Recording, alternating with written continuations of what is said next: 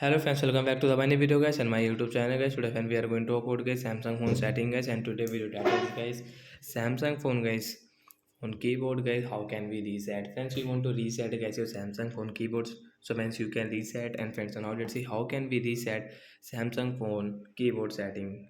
So first of all guys, go and subscribe the channel guys, click the bell icon, like the video. So friends, you will have to on guys Samsung phone guys phone setting guys. So guys, we will on it. So friends, open your phone setting and guys search here guys keyboard setting guys. So guys, we will search here guys Samsung phone guys, Samsung keyboard guys. We will tap here. Friends, you can see Samsung phone keyboard setting is here.